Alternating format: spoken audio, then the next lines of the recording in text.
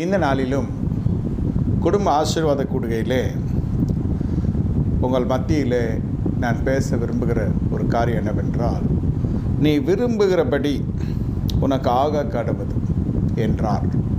மத்தேயு சுவிசேஷ புஸ்தகத்தில் 15வது அதிகாரத்தில் 28வது வசனத்தில் இந்த வார்த்தை எழுதப்பட்டிருக்கிறது. இயேசு அவளுக்கு பிரதியுத்தரமாக, ஸ்திரீயே, உன் விசுவாசம் பெரிது, நீ விரும்புகிறபடி உனக்கு ஆக கடவுது என்றால், அந்நேரமே அவள் மகள் ஆரோக்கியமானாள். பிரியமான தேவனுடைய ஜனமே, இந்த சரிதை உங்களுக்கு தெரியாததல்ல. இந்த பெண்மணி கானானிய பெண்மணி, ஒரு கானானிய ஸ்திரீ. இவள் ஆண்டவரை நோக்கி எனக்கு உதவி செய்யும் என்று பணிந்து கொண்டாள். ஆனால் ஆண்டவர் என்ன சொல்லுகிறார் என்றால், பிள்ளைகளின் அப்பத்தை எடுத்து நாய்க்குட்டிகளுக்கு கொடுப்பது நல்லதல்ல என்றார். அவள் அதற்கு சொல்லுகிறாள், மெய்தான் ஆண்டவரே, ஆகிலும் நாய்க்குட்டிகள் தங்கள் எஜமான்களின் மேஜையிலிருந்து விழும் துணிக்கைகளை தின்னுமே என்றாள். இயேசு அவளுக்கு பிரதியுத்தரமாக, ஸ்திரீயே, உன் விசுவாசம் பெரிது, நீ விரும்புகிறபடி உனக்கு ஆக கடவுது என்றார். அந்நேரமே அவள் மகள் ஆரோக்கியம் அடைந்தாள். பிரியமான தேவனுடைய ஜனமே, இந்த சரிதை 25வது வசனம் முதல் கொண்டு 28 வசனத்துக்குள்ளே முடிகிறதை போல 3 வசனங்களே காணப்பட்டாலும், இதில் ஆழமான சத்தியம் என்னவென்று கேட்டால், இன்றைய நாளிலே இந்த ஊடகத்தின் வழியே இந்த செய்தியை கேட்டுக்கொண்டிருக்கிற கர்த்தருடைய அடியார்கள், உங்கள் விருப்பத்தையும் உங்கள் செய்கையும் கர்த்தர் நிறைவேற்ற வல்லவராய் இருக்கிறார். அல்லேலூயா. எதையோ நீ விரும்புகிறாய், ஆரோக்கியத்தை விரும்பினாலும் சரி, விடுதலை விரும்பினாலும் சரி. இதில் காரியம் என்னவென்று கேட்டால், இந்த பெண்மணி தனக்கென்று வரவில்லை, தன்னுடைய மகளுக்கென்று வருகிறாள். அந்த மகள் ஆரோக்கியம் அடைகிறாள் என்று வேதம் சொல்லுகிறது. அந்த மகள் பிசாசினால் பீடிக்கப்பட்டவள் என்று மற்ற சுவிசேஷ புத்தகங்கள் சொல்லுகிறது. அந்த பிசாசினால் பீடிக்கப்பட்டிருக்கிற நிமித்தம் 22வது வசனம் சொல்லுகிறது, மகள் பிசாசினால் கொடிய வேதனைப்படுகிறாள் என்று சொல்லி கூப்பிட்டாள். அதற்கு அவளுக்கு பிரதியுத்தரமாக அவள் ஒரு வார்த்தை சொல்லவில்லை. முதல்ல பதில் வரல. சீஷர்கள் எவ்வளவோ ரெக்கமெண்ட் பண்ணுறாங்க, தொடர்ந்து கூப்பிடுகிறாளே என்றால், அதற்கு அவர் காணாமற் போன ஆடுகளாகிய இஸ்ரவேல் வீட்டாற்றிலே அனுப்பப்பட்ட என்று மற்றொரு இடத்தில் அல்ல என்றார். இது எல்லாம் ஒரு ஆவிக்குரிய கண்ணோட்டத்தில் வேத வசனத்தின் அடிப்படையில் கர்த்தர் பேசுகிறார். ஆனால் இந்த சீடர்களுக்கு தெரியவில்லை. அவள் கூப்பிடுகிறது தான் தெரிகிறது தவிர அவள் யார் என்று தெரியவில்லை. ஆனால் இவர் சொல்லுகிறார், காணாமல் போன ஆடுகளைப் போல இருக்கிற இஸ்ரவேல் வீட்டாராகிய அவர்களுக்கு தான் அனுப்பப்பட்டேன் என்று மற்றபடி அல்ல என்றார். அனுப்பப்பட்டதே இந்த கானானியருக்கு தான், மற்றபடி அல்ல. ஆனால் கானானியருக்கு என்று சொன்னால் என்ன, பாவிகள் ரட்சிக்க தான் கர்த்தராகிய இயேசு சொல்லுகிறது. அந்த அடிப்படையில் சொல்லுகிறேன். ஏன் தன்னிடத்தில் உதவி கேட்டு வந்த மனுஷியை ஏன் நாய்க்குட்டி என்று சொல்லுகிற அளவிற்கு வருகிறது? பிள்ளைகளுக்குரிய ஆசீர்வாதம் என்பதை நீங்கள் அறிய வேண்டும். எப்பொழுது அவரை ஏற்றுக்கொள்ளுகிறவர்கள், அவர்கள் விசுவாசிக்கிறவர்கள், அவர்களுடைய நாமத்தை தொழுது கொள்ளுகிற அனைவரும் கர்த்தருடைய பிள்ளைகளாய் கர்த்தரை ஏற்றுக்கொள்ளுகிறார், இல்லைன்னு சொல்லவில்லை. ஆனால் சிக்ஷையின் மூலம் அவருடைய புத்திர சுவிகாரம் உறுதிப்படுத்தப்படுகிறது. எந்த பிள்ளை கர்த்தர் சிக்ஷிக்கிறாரோ அந்த பிள்ளையிடத்தில் கர்த்தர் நேசமாக இருக்கிறார். தகப்பன் சிக்ஷியாத புத்திரர் உண்டோ என்று வேதம் சொல்லுகிறது. நாமத்தை நோக்கி கூப்பிடுகிறவன், விசுவாசிக்கிறவன், அவரை ஏற்றுக்கொள்ளுகிறவன், இது எல்லாம் ஒவ்வொரு தளவரிசையில் காணப்பட்டாலும், இது தடவரிசையின் பட்டியலில் காணப்பட்டாலும், சிக்ஷையினால் கர்த்தர் நம்முடைய சிநேகத்தை உறுதிப்படுத்துகிறார். நம்முடைய புத்திர சுவிகாரத்தை கர்த்தர் உறுதிப்படுத்துகிறார். தகப்பன் சிக்ஷியாத புத்திரர் உண்டோ? சிக்ஷையின் மூலம் இப்பொழுது சிக்ஷிக்கப்படுகிற நீங்கள் பாக்கியவான்கள். நாம் நாளை காலையிலே அதற்குரிய பலனை கர்த்தர் கட்டளையிடுவார். இன்றைக்கு உன்னை நீ பரிசுத்தப்படுத்தி கொள்ளும்படியாக இந்த வேத வசனம் உங்களை நோக்கி வந்து கொண்டிருக்கிறது. ஏன் இப்படிப்பட்ட ஒரு காரியம் காணப்பட்டு கொண்டிருக்கிறது என்று சொன்னால், இந்த பெண்மணி கானானிய ஸ்திரீ. ஆதியாகம புஸ்தகம் 9வது அதிகாரத்தில் நீங்கள் போய் பார்க்கிற பொழுது, நோவாவுக்கு 3 குமாரர்கள் இருக்கிறார்கள், யாபேத், சேம், காம், 3 ஆண் பிள்ளைகள். இந்த 3 பேரை கொண்டு தான் உலகம் மறுபடியும் ஜனிப்பிக்கப்படுகிறது, உருவாக்கப்படுகிறது. அதோடு ஜோடி ஜோடியாய் உருவாக்கப்பட்ட எல்லா மிருக ஜீவன்களும், சுத்தமுள்ள மிருகங்களும், அசுத்தமுள்ள மிருகங்களும், நாட்டு மிருகங்களும், காட்டு மிருகங்களும், இப்படியான மிருகங்களெல்லாம் சேர்ந்து வருகிறது. எனக்கு கேட்டுக்கொண்டிருக்க தேவனுடைய ஜனமே, இந்த நாளிலே கர்த்தர் உங்களை பார்த்து சொல்லுகிறார், இந்த மும்மூர்த்திகள் மூலமாக யாபேத், காம், சேம். இந்த 3 பேர் மூலியமாகத்தான் உலகம் மறுபடியும் சிருஷ்டிக்கப்படுகிறது. இப்படியாய் காணப்பட்டு கொண்டிருக்கிற பொழுது என்ன நடக்கிறது? நோவா பயிர் செய்கிற தொழிலே காணப்படுகிறார். எதற்கு இந்த கானானிய ஸ்திரியை கர்த்தர் இப்படி நாய் என்ற நிலையில் சொல்லுகிறார் என்பதற்காக நான் சொல்லுகிறேன். நாய்க்குட்டிகளுக்கு போடுகிறது நல்லதல்ல என்று கர்த்தர் சொல்வதற்கான காரணத்தை நான் சொல்லுகிறேன். இந்த கானானியர் அப்பொழுது இல்லை. இந்த காம் என்ன செய்கிறார்? இந்த பயிர் வேலை செய்து விட்டு வந்த நோவா, திராட்சை ரசம் அந்த காலத்தில் வழக்கமாக இருக்கிறது. இது மழைக்கு பின்னாலே திராட்சை ரசம் பருகிறது ஒரு பழக்கமானது. அப்பொழுது பனி தான், மழை இல்லை, போதையெல்லாம் ஏறுவதற்கு வாய்ப்பு இல்லை, ஃபர்மெண்ட் ஆகாது. இது என்ன நடக்கிறது என்று கேட்டால், மழை வந்த பிறகு எல்லாம் மாறுகிறது. பாருங்கள், கொரோனாவுக்கு முன்ன நாட்டு நடப்பு வேறு மாதிரி இருந்தது. ஒர்க் அட் ஹோம்லாம் கிடையாது. இப்போ தான் ஒர்க் அட் ஹோம் வந்துச்சு. முகமூடி கிடையாது. ஆனால் ஒரு ஐகான் ஒண்டி ஆண்ட்ராய்டு ஃபோனில் இருக்கும் முகமூடி போட்டது. அதுவே மிகப்பெரிய ஒரு பேசும் பொருளாகி விட்டது கொரோனா சீசனில். ஆக்சிஜன்னா என்னன்னு தெரியாது, அப்போது ஆக்சிஜன் கூடிய அருமை தெரியும். மனித நேயம், எல்லாம் பணக்காரன் ஏழெல்லாம் செத்து மடிகிறான். கண்ணுக்கு நிறைய பிணக்குவியல்களை பார்க்குறோம். தப்புவது பிழைப்பது நிர்மூலமாகாதிருப்பது கர்த்தர் வைத்த கிருபை. இப்படியாக கொரோனாவுக்கு முன்னே ஒரு மாதிரி வாழ்க்கை இருந்துச்சு. கொரோனாவுக்கு பிறகு வாழ்க்கை ஒரு மாதிரி வந்துச்சு. நிறைய பேர் வேலை இழந்தாங்க, வருமானத்தை இழந்தாங்க, உயிரை இழந்தாங்க, உடைமை இழந்தாங்க, சொத்துக்கள் சுதந்திரங்கள், அன்பான ஜனங்களை இழந்தார்கள். எல்லாம் பேலன்ஸ் இருக்கிறது தான் இப்போது. அதே போல் அந்த காலத்தில் ஒரு ஜலப்பிரகாலம் வந்த பிறகு எல்லாம் மாற ஆரம்பித்தது. இந்த கொரோனாவில் ட்ரீட்மெண்ட் எடுத்து சரியானவங்களுக்கு சில பேருக்கு ஞாபக சக்தி இல்லை. ஏற்கனவே நம்ம ஆளுங்க ஃபோன் இல்லைன்னா வீட்டுக்கு போக தெரியாது, அது வேறு விஷயம். மனைவி நம்பர்லாம் ஞாபகம் இருக்காது, ஒய்ஃப்னு போட்டு அடித்தா தான் அது வரும். தப்பு தவிர யார் ஒய்ஃப் பேராது இப்போ அது மாதிரி சேவ் பண்ணி ஏதாவது ஒரு ஒய்ஃபை தொட்டானா கூட அவ வீட்டுக்கு போய்டும் கால். இல்லை, கொரோனாவுக்கு முன்னே எப்படி இருந்தோம், கொரோனாவுக்கு பிறகு எப்படி இருக்கிறோம் என்பதை போல் ஜலப்பிரகாரத்துக்கு முன்பு இருந்த காலகட்டம் வேறு, அப்பொழுது இருந்த சீதோஷ்ண நிலைமை வேறு, சுனாமிக்கு முன்பு இருந்த சீதோஷ்ணம் வேறு. அதுக்கப்புறம் பார்த்திங்கனாக்கா இந்த உலக உருண்டையிலே அந்த பூமியினுடைய பிளேட்டுகள்லாம் மாறிடுச்சுன்னு சொல்கிறோம். அதனால் டிசம்பர்லாம் நல்லா மழை பெய்ய ஆரம்பிச்சிருச்சு. இல்லை, இதெல்லாம் நடந்துச்சு இல்லையா? 2004 ஒரு சுனாமி வந்துச்சு. இயற்கை சீற்றங்க வாதைகள் வருகிற பொழுது சில மாறுதல்கள் பூமியில் ஜகத்திலே உண்டாகும். அதெல்லாம் நம்ம ஏன் எதுக்கெல்லாம் கேள்வி கேட்க முடியாது. அந்த விளைவுகளை சந்திக்கிற பொழுது தலை காலாகும், வால் தலையாகும், தலை வாலாகும். அதுபோல் பரிசுத்த மனுஷன்தான் நோவா. என்னமோ பழைய நினைவத்தில் எடுத்து குடிக்கிறாரு. இப்போ கூட ஒரு வாதை வருகிறது, நம்ம எல்லாம் பிழைத்து கொள்ளுகிறோம். காப்பி டெய்லி சூடு பண்ணி குடிக்கிறோம், அது திடீர்னு போதையாகத்தக்கதான ஒரு வாதை வருகிறதுன்னு வைத்துக்கொள்ளுங்க. இயற்கை சீதோஷத்தினால காப்பி குடிக்கிற காப்பியை நாளை அது கொஞ்ச நாள் கழித்து அது போதை பொருளாகவே மாறுதுன்னு வச்சுக்கோங்க. தெரியாமல் பழப்படி சூடு பண்ணி காப்பியை குடிக்கிறோம், இல்லை காப்பியை கொதிக்க வச்சு குடிக்கிறோம், இல்லை காப்பி போட்டு குடிக்கிறோம். அது போதையாச்சுன்னா நம்ம பொறுப்பு இல்லை இல்லையா? தெரியல இல்லையா? நமக்கு ஃபஸ்ட் டைம் குடிக்காரன்றது நல்லா தெரியுது. முதல் முறை வாழ்க்கையில் குடிக்கிறவன் தெரியாமல் முடக்குன்னு குடிச்சிடுவான். நல்லா அதில் தேறினவன் என்ன செய்வானா, வச்சு குடிப்பான். அவன் நிதானமாகவும் போவான். குறை கூட கூத்தாடும், நிறைய கூட நிலைமை இருக்குன்னு சொல்லுவாங்க இல்லையா? அது போல் இந்த மனுஷன் குடித்த குடி, அதாவது திராட்சை ரசம் என்பது அந்த காலத்தில் லாகிரி வஸ்துவாக எடுத்துக்கொள்ளப்படவில்லை. இந்த நோவா குடித்த பிறகு தான் அது போதைக்குரிய பொருளாகவே காணப்படுகிறது. கடன்னு எடுத்து குடிச்சிட்டு இருக்கிறாரு அங்கிள்.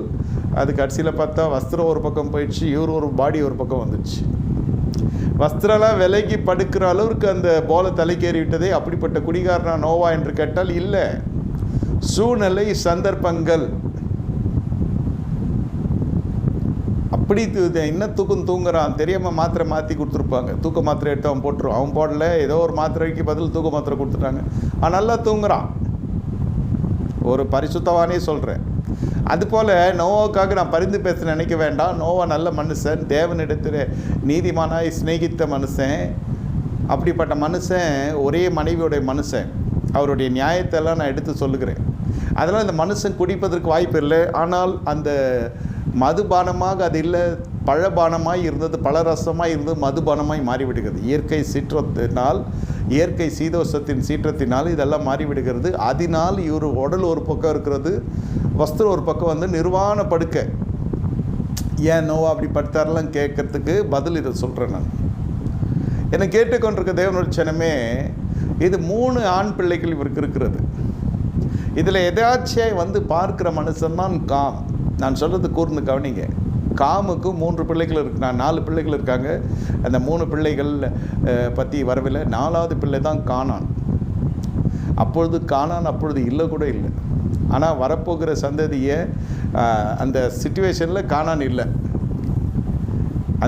அந்த நிலையில் காம் தான் வருகிறார். என்ன செய்கிறார்? காம் என்ன செய்கிறார்? அந்த தகப்பன் நிர்வாணத்தை கண்ணார பார்த்து விடுகிறார். பார்த்துட்டு என்ன பண்ணியிருக்கலாம்? மூடி போட்டு, அதாவது அதை வஸ்திரத்தை வச்சு மூடி இருக்கலாம் அவருடைய மேனியை. அதை போய் சகோதரத்தை சொல்லுகிறார். நல்லா புரிந்து கொள்ளுங்க. யாபேத் இடத்திலும் சேம் இடத்திலும் போய் சொல்லுகிறார். அந்த 2 பெரிய பிள்ளைங்களும் ரொம்ப உஷாரான பிள்ளைங்க. அழகாக தகப்பன் நிர்வாணத்தை பாராமலே பின்பக்கமாகவே வந்து அந்த வஸ்திரத்தை 2 பேராக பிடிச்சிட்டு வந்து, பெட்ஷீட்டை 2 பேராக பிடிச்சி, இந்த முனையில் ஒருத்தன் அந்த முனையில் ஒருத்தன் பிடிச்சி அப்படியே வந்து மூடிட்டான்.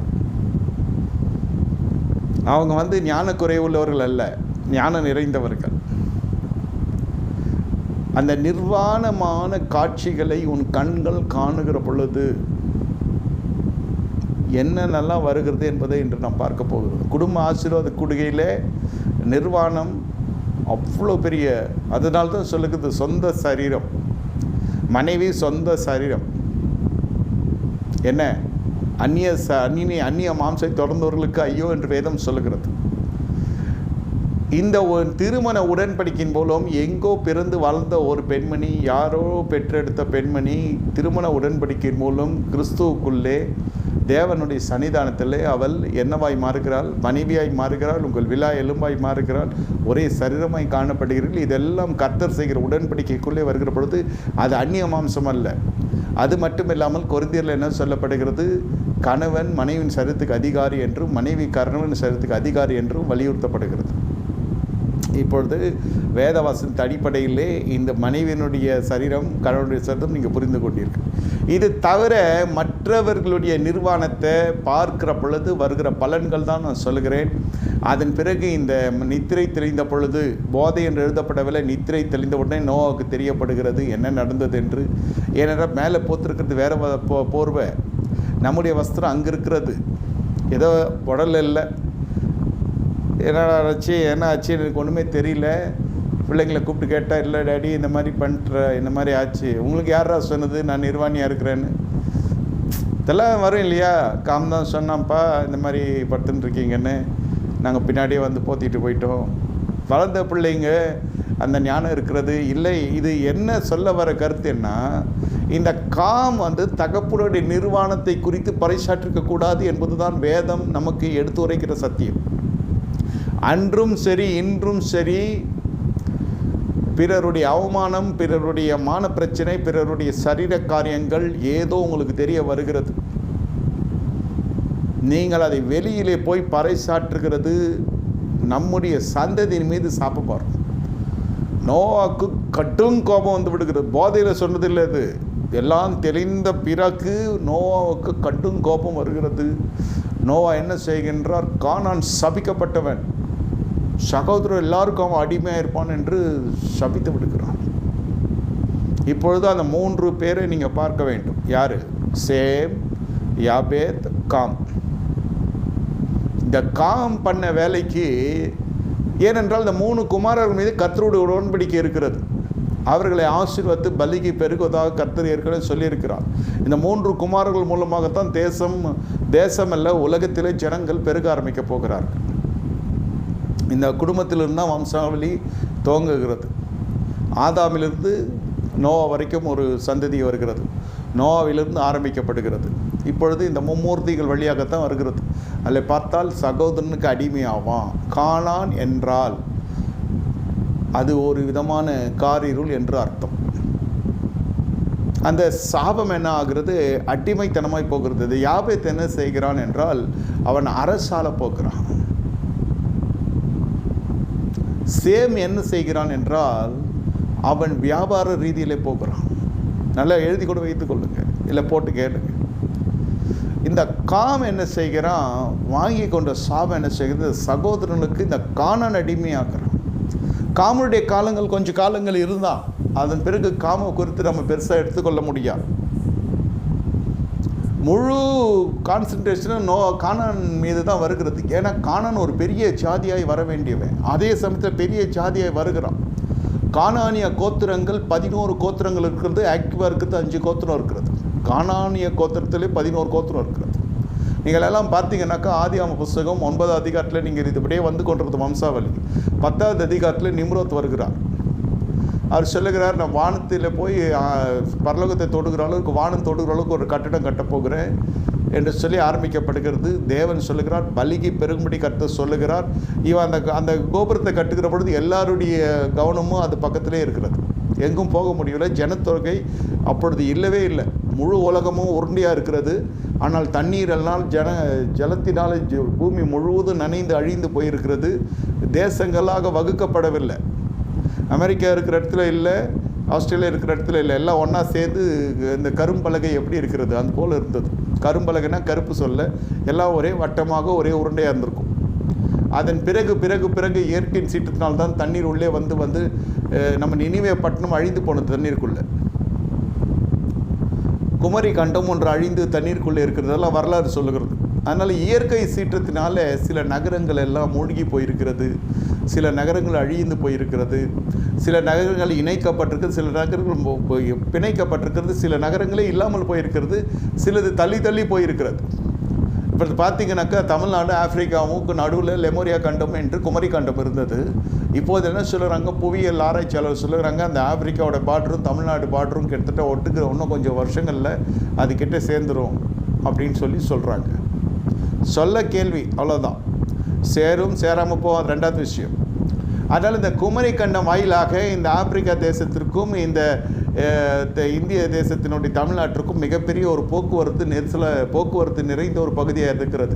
மெட்ராஸ் பாண்டிச்சேரி மாதிரி இருந்திருக்குன்னு சொல்கிறாங்க. இது அப்படியே இலங்கையும் சேர்ந்து இருக்கிறது. இந்த குமரி கண்டம் உள்ளே போன உடனே தேசங்களில் இப்பொழுது காணப்படுகிற வரைபடங்கள் இன்னொரு 100 ஆண்டு கழித்து இந்த வரைபடம் இருக்காது. ஒன்று தேசத்தோடு தேசம் ஒன்று கூடிவிடும், அப்படி விட்டால் தேசத்துக்குள்ளே நடுவில் ஒரு பிளவுகளும் வர ஆரம்பிக்கும். இயற்கை சீற்றங்கள், காணாத ஒரு காரியம், பாதை, சுனாமியை பார்த்தோம். அதன் பிறகு இந்த மழையெல்லாம் ஒன்றும் இல்லை, சுனாமியை பார்த்துட்டோம் நம்ம. அப்புறம் கொரோனாவை பார்த்துருக்கோம். இன்னும் என்னென்னலாம் வரப்போகிறதோ நாட்களுக்கு ஏற்றபடி, கால வேலைக்கு ஏற்றபடி, தேவனுடைய திட்டத்துக்கு ஏற்றபடி நடக்கும். அப்பொழுது புவி எப்படி இருக்கும்னு சொல்ல முடியாது, பூலோக உருண்டை. ஆனால் இந்த ஜனங்கள் இந்த மூவரிலிருந்து ஆரம்பிக்கப்படுகிறது தான். அதிலிருந்து பார்த்தீங்கன்னாக்கா ஒரு கூட்ட ஜனங்கள் அப்படியே ஐரோப்பியா பகுதியில் தஞ்சம் புகுகிறார்கள். அவர்கள் தான் கிரேட் பிரிட்டன் சொல்கிறாங்க இல்லையா. அப்போது அதன் பிறகு பார்த்தீங்கன்னாக்கா கொஞ்சம் ஜனங்க வியாபாரிகளை மாறுகிறாங்க. இந்த யாபேத்தினுடைய ஆட்கள் எல்லாம் அரசால போகிறார்கள். தேசத்தை பார்த்தா தே ஒர்க் ஒன்லி ஃபார் பவுண்ட்ரிஸ். அதை பிடிக்கிறேன், இதை பிடிக்கிறேன், அதை பிடிக்கிறேன், இந்த தேசத்தை நான் வளைச்சி போடுறேன், இது பண்ணுற ஆளுகை செய்கிறேன்னு அந்த எண்ணத்தில் போகிறோம். இவன் சேம் என்ன செய்கிறான், வியாபாரம் செய்கிறான். எந்த தேசம் போனாலும் அந்த இடத்துல ஒரு வியாபார நுணுக்கத்தோடு போய் இங்கே இந்த சேமனுடைய வம்சத்தார் நார்த் இந்தியாவிலே இருக்கிறாங்க, சவுத் இந்தியாவில் நம்ம ஆட்கள் இருக்கிறாங்க. இதுதான் கானானுடைய வம்சாவளி என்று சொல்லி வேத வல்லுநர்கள் சொல்லுகிறாங்க. நான் சொல்லுகிறதே கொஞ்சம் கவனித்து கேளுங்க, புரியும். இது பார்த்தீங்கன்னாக்கா எங்கே பார்த்தாலும் பிஸ்னஸ்வாங்க. குஜராத்திஸ், இந்த மார்வாடிஸ், இவங்களுடைய முக சாயலுக்கும் இந்திய முக சாயலுக்கும் மிகப்பெரிய வித்தியாசம் இருக்கும். நம்ம எல்லாம் பார்த்திங்கனாக்கா நம்மளுடைய ஆந்த்ரோபாலஜி, அந்த ஸ்கல்லு, இந்த முகம் சாயெல்லாம் பார்த்திங்கனாக்கா இந்த தமிழ்நாட்டு இந்த வம்சாவளியெல்லாம் வேறு மாதிரி இருக்கும். இந்த வம்சாவளியும் நான் நிறைய கருப்பின ஜனங்களோட ஊழியம் பண்ணியிருக்கேன் பல நாடுகளில். அப்போ பார்த்திங்கனாக்கா இந்த சாயல் அந்த சாயல்லாம் கிட்டத்தட்ட ஒன்றா போகும். கொஞ்சம் மூக்கு உதட தான் டிஃப்ரென்ஸ் இருக்கும். ஆனால் அந்த வட இந்தியர்களுக்கும் ஐரோப்பியர்களுக்கும் ஒரே விதமான முக சாயல் இருக்கும். நான் இதை கொஞ்சம் நாள் ரொம்ப கூர்ந்து கவனித்து தான் இந்த செய்தி இன்று சொல்லுகிறேன். அவங்க ஒரு சேம் கூட்டத்தாரும் யாபேத் கூட்டத்தாரும். அதனால் இந்த தமிழர்கள் நீங்கள் பார்த்தீங்கன்னாக்கா எந்த ஊருக்கு போனாலும் எனக்கு வேலை கிடைக்குமான்னு, அவன் கலெக்டரே ஆனாலும் அந்த இடத்துல ஒரு வேலைக்காரனாக மாத சம்பளக்காரனாக தான் இருப்பான். வெகு சிலர் வியாபாரிகளாக இருக்கலாம். 1, 2. இல்லை, இதை நீங்கள் புரிந்து கொள்ளணும். இல்லை, எதுக்கு நான் இதை சொல்ல வருகிறேன்னா, கர்த்தராகிய இயேசு கிறிஸ்து ரத்தத்தினால் நம்ம கழுவப்பட்டு அந்த சாபங்கள் எல்லாம் உடைக்கப்படுகிறது இல்லைன்னு சொல்லலை. ஆனால் சாபிக்கப்பட்ட அந்த சாபம் எதனால் வருகிறது என்று கேட்டால், இந்த மாதிரியான நிர்வாண படங்கள், ப்ளூ ஃபிலிம் பார்க்குறது, போனோகிராஃபி, அது ஒரு அடிக்ஷனாகவே இருக்குது. அந்த யூடியூப்பில் பார்க்குறது சரி, உங்கள் ஃபோன் உங்கள் கையில் இருக்குது, இது ஒரு உலகம். இந்த மாதிரியான அசுசியான படங்கள் எல்லாம் நீங்கள் பார்க்கக்கூடிய வாய்ப்புகள் பிசாசு ஏற்படுத்துகிறது. பாருங்கள், அரளி விதையும் இருக்கிறது, கல்லும் இருக்கிறது. போதைக்காக மனுஷத்தை குடிக்கிறான், அதை குடிக்க மாட்டான். வெகு சிலர் தான் அதை குடித்து செத்து போகிறான் விஷத்தை. ஏன் நான் இதை சொல்லுகிறேன் என்றால், கானான் சபிக்கப்பட்டவன், அவன் கையின் பிரயாசத்தில் மிகப்பெரிய பிரச்சனை வருகிறது. இப்பொழுது கர்த்தராகிய இயேசு கிறிஸ்து ரத்தத்தினால கழுவப்பட்டோம், நாம் அபிஷேகம் பண்ணப்பட்டிருக்கிறோம். நம்முடைய வாழ்க்கையில் என்ன இல்லை?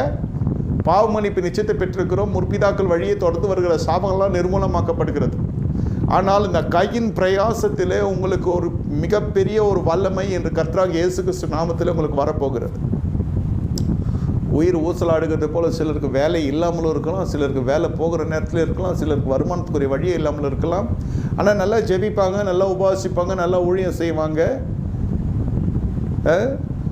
நல்ல ஒரு சாட்சி இருக்கும். ஆனால் பொருளாதாரம் என்று வருகிற பொழுது அவர்களால் நினைத்து கூட பார்க்க முடியாது. மிகப்பெரிய ஒரு சிக்கலில் இருப்பான். அந்த அடிமைத்தனம் அந்த பொருளாதாரத்தில் இருந்து கொண்டே இருக்கும்.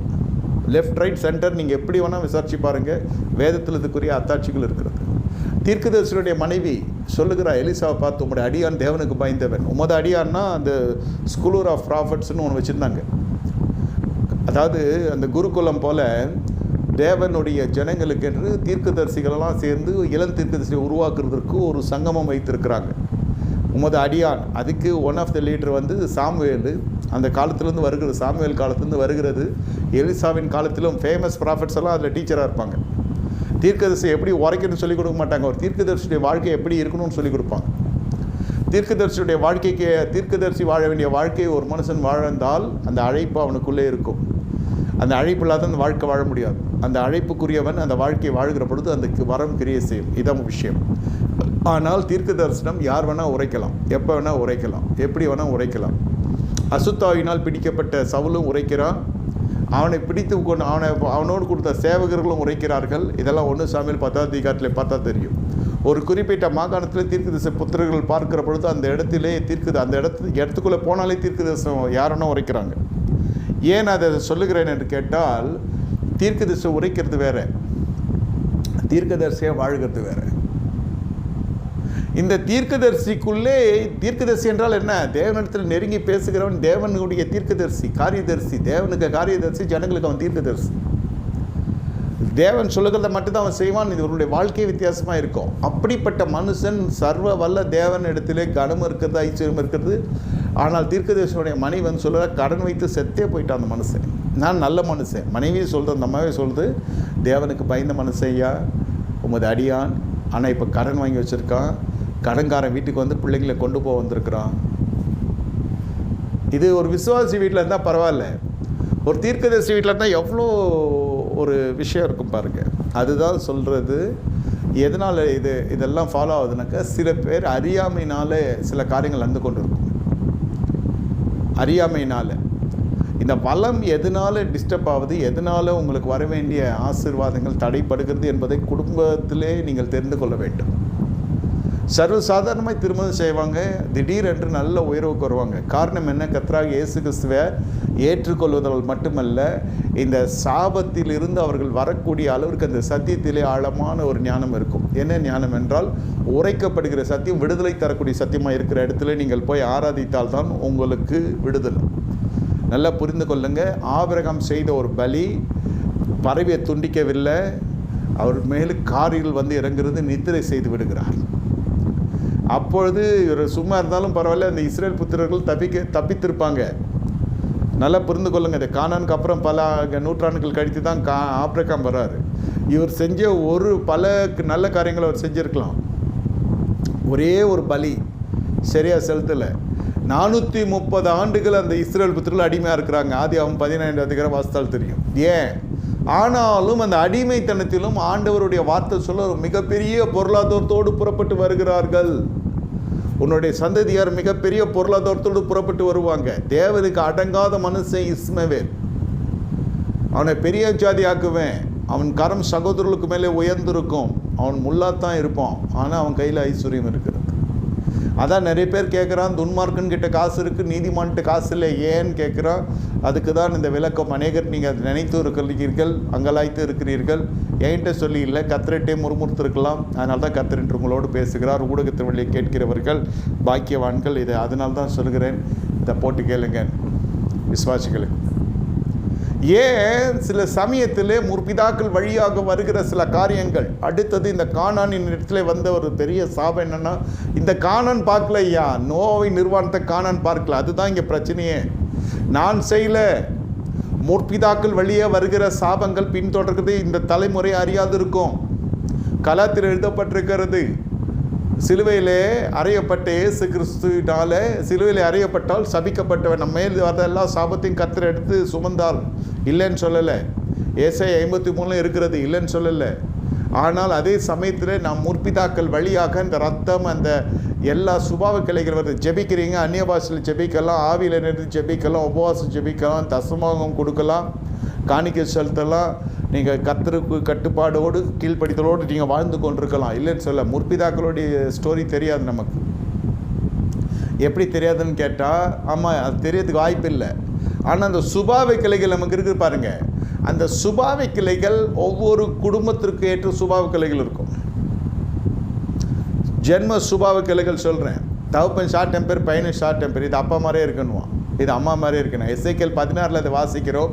தாயை போல பிள்ளை என்று எழுதப்பட்டிருக்கிறது. அது நூலை போல சேலன் பழமொழியாக மறுபடியும் மருவி பேச ஆரம்பிச்சது. ஆனால் எசேக்கியேல் 16 அதிகாரத்தில் இருக்கிறது. எதுக்கு அது தாயை போல பிள்ளைன்னு சொல்லுகிறது என்றால், அவங்களுக்குள்ளே அந்த அந்த பிளட்டுன்னு வரப்போ அந்த ரத்தம் தாய் தகப்பனுடைய ரத்தம் தான் இருக்கும். இதை ட்ரெஸ்பாஸ் பண்ணி போகிறது தான் இயேசு கிறிஸ்துவின் ரத்தம்.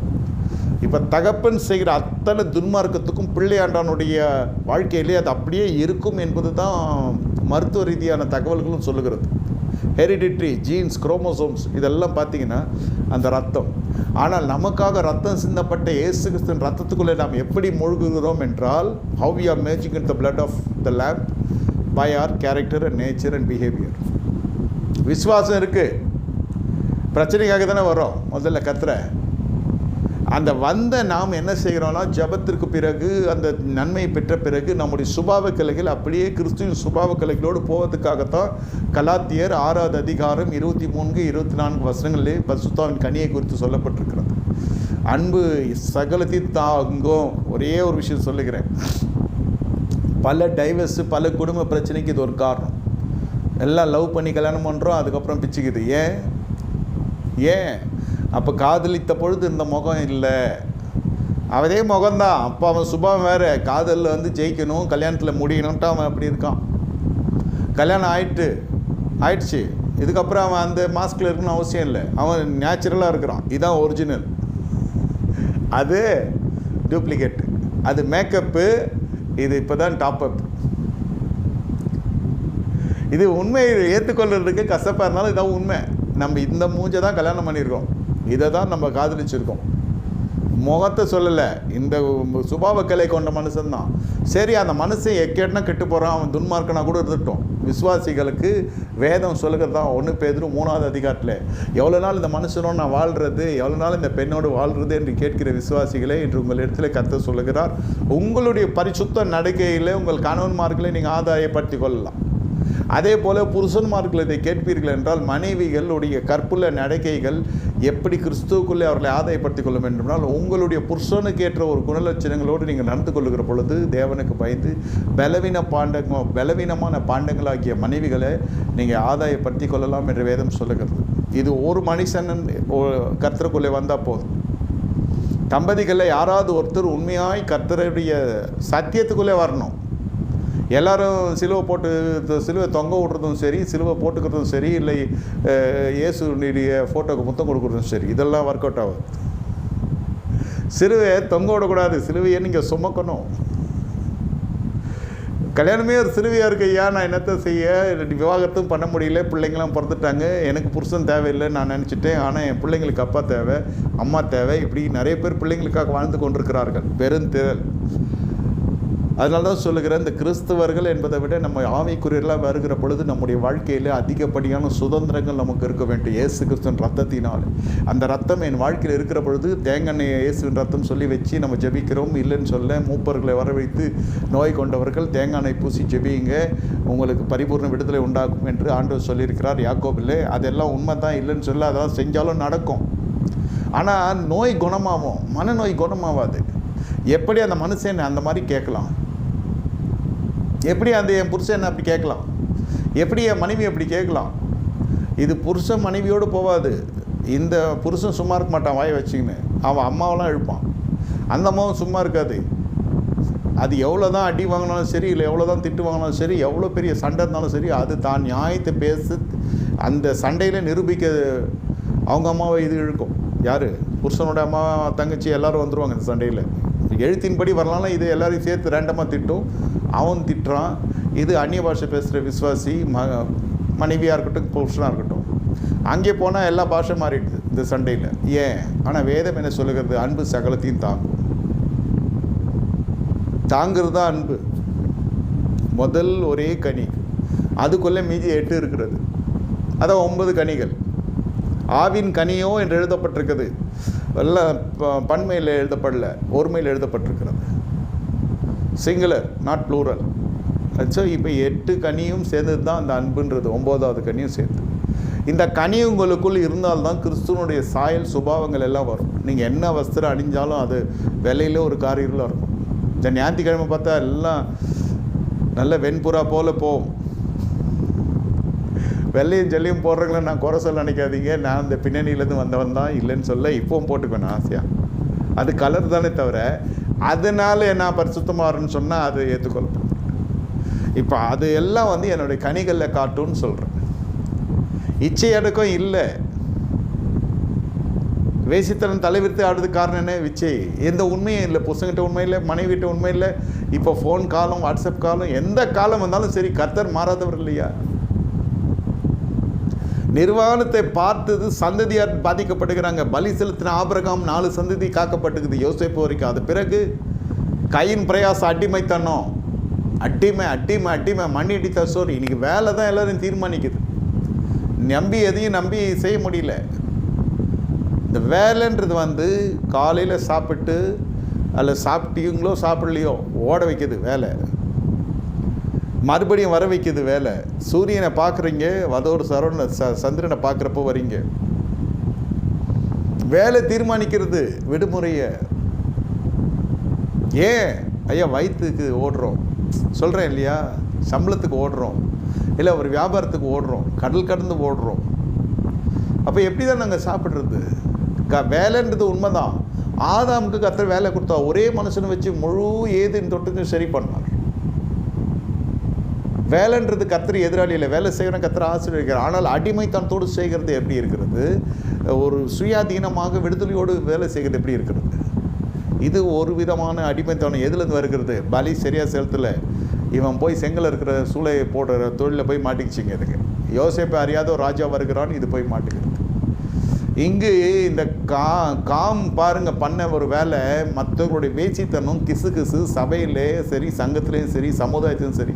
இவன் அவ்வளோ வச்சுருக்கான், இவன் இவ்வளோ வச்சுருக்கான், இவன் புருஷன் இங்கே போயிட்டான், அவன் பொண்டாட்டி இவனை வச்சுருக்கான். இந்த சொற்றொடர், இந்த வார்த்தைகள் எல்லாம் நம்முடைய வாயிலே வருகிற பொழுது சத்தியமாய் நம்முடைய சந்ததியார் மீது சாபத்தை வரவித்துக் கொள்கிறோம்.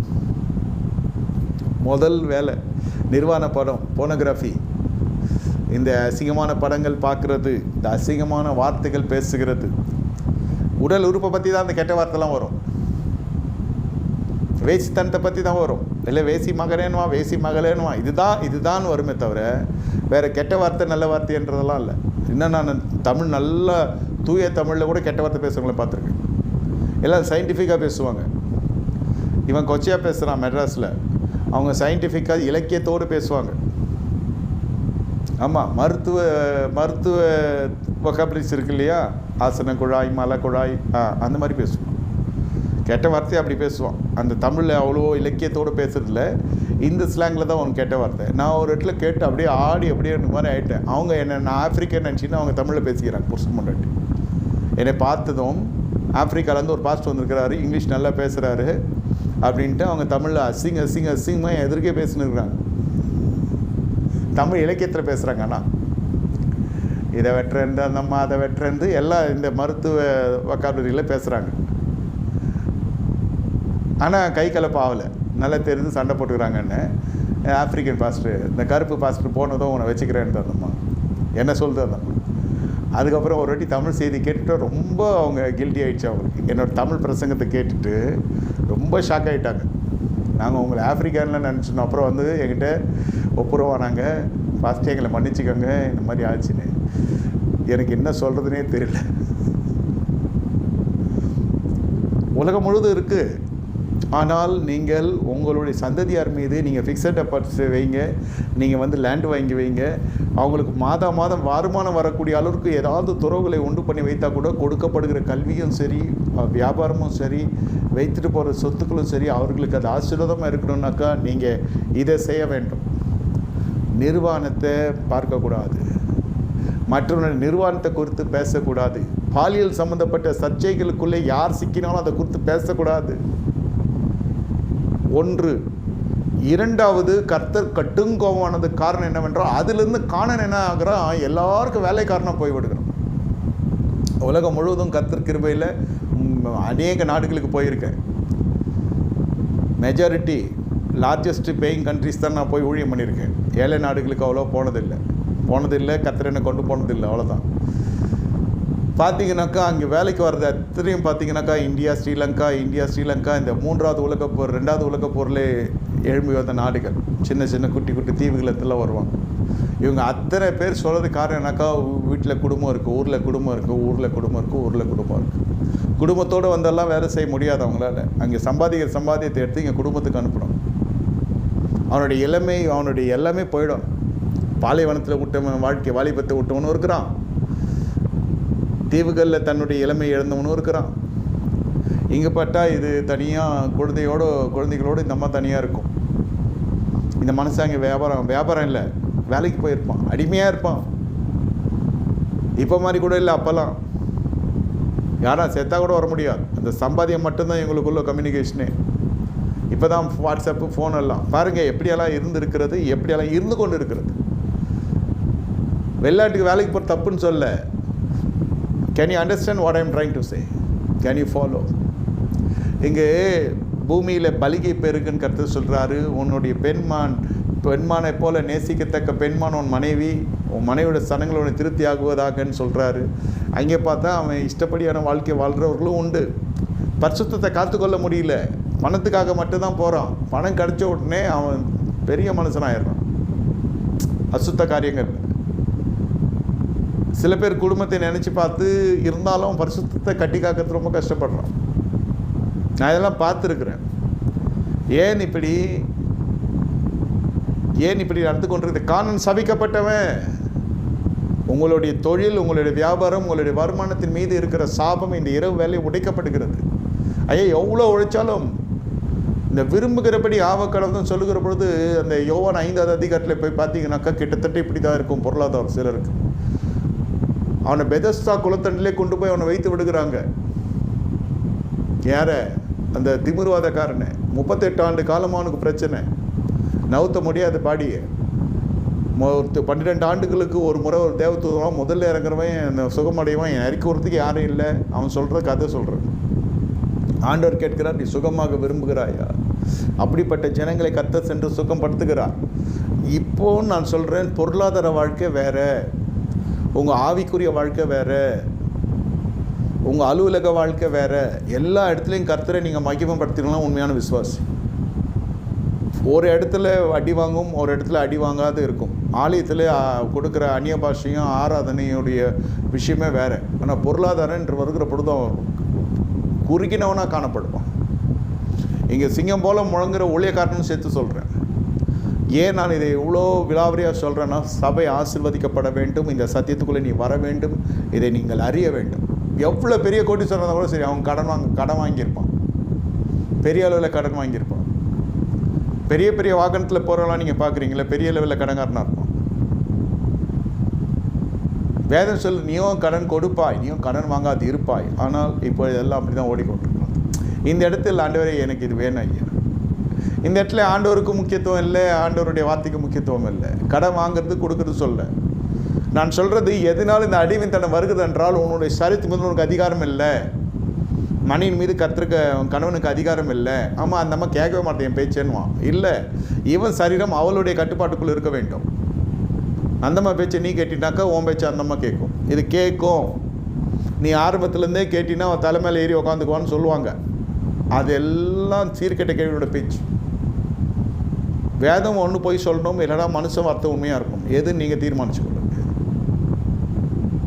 ஏன் அந்த பெண்மணிக்கு அவ்வளோ சிறுமையான ஒரு தோற்றம்? ஏன் அந்த மனைவியினுடைய பேச்சு கேட்குறதுல என்ன தப்பு இருக்கிறது? ஆபிரகாமை பார்த்து ஆண்டவர் சொல்லுகிறார், சாராள் சொல்றது விசனமாக இருக்குது, இஸ்மவேலையும் அந்த அடிமை பெண்ணை அனுப்பிவிடும், அப்புறப்படுத்துன்றா. அந்த அம்மா ஆரம்பிச்சு விட்டது அந்த அம்மா தான். ஆபிரகாம் அது விசனமாக இருக்கிறது. ஆதியாகம புஸ்தகத்தில் ஆண்டவர் சொல்லுகிறார், சாராள் சொல்றதுக்கு விசனமாக இருக்க வேண்டாம், உடனே அனுப்புன்றாரு, உடனே அனுப்பிச்சிடுறான். இவன் துன்மார்க்கன் இஸ்மவேல் வனவாசி, மிகப்பெரிய ஒரு இஸ்மவேல் பெரிய ஜாதி ஆகிறான். இன்று வரைக்கும் இஸ்மவேல் உலக நாடுகளுக்கு ஒரு பெரிய அச்சுறுத்தலாக இருக்கிறான். என்ன வளம் அவங்ககிட்ட இருக்கு இல்லையா? இதில் ஆசிரியம் எப்படி வருகிறது?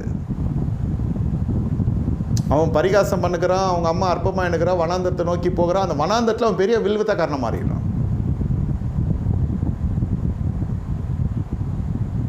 எங்கே நீங்கள் தூக்கி போட்டாலும் சரி, சில பேர் விளைஞ்சி முன்னே வந்துடுவான்.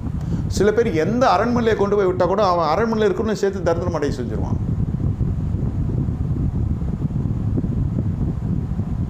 இது கொஞ்சம் பார்த்து நீங்கள் டீப்பாக திங்க் பண்ணணும்.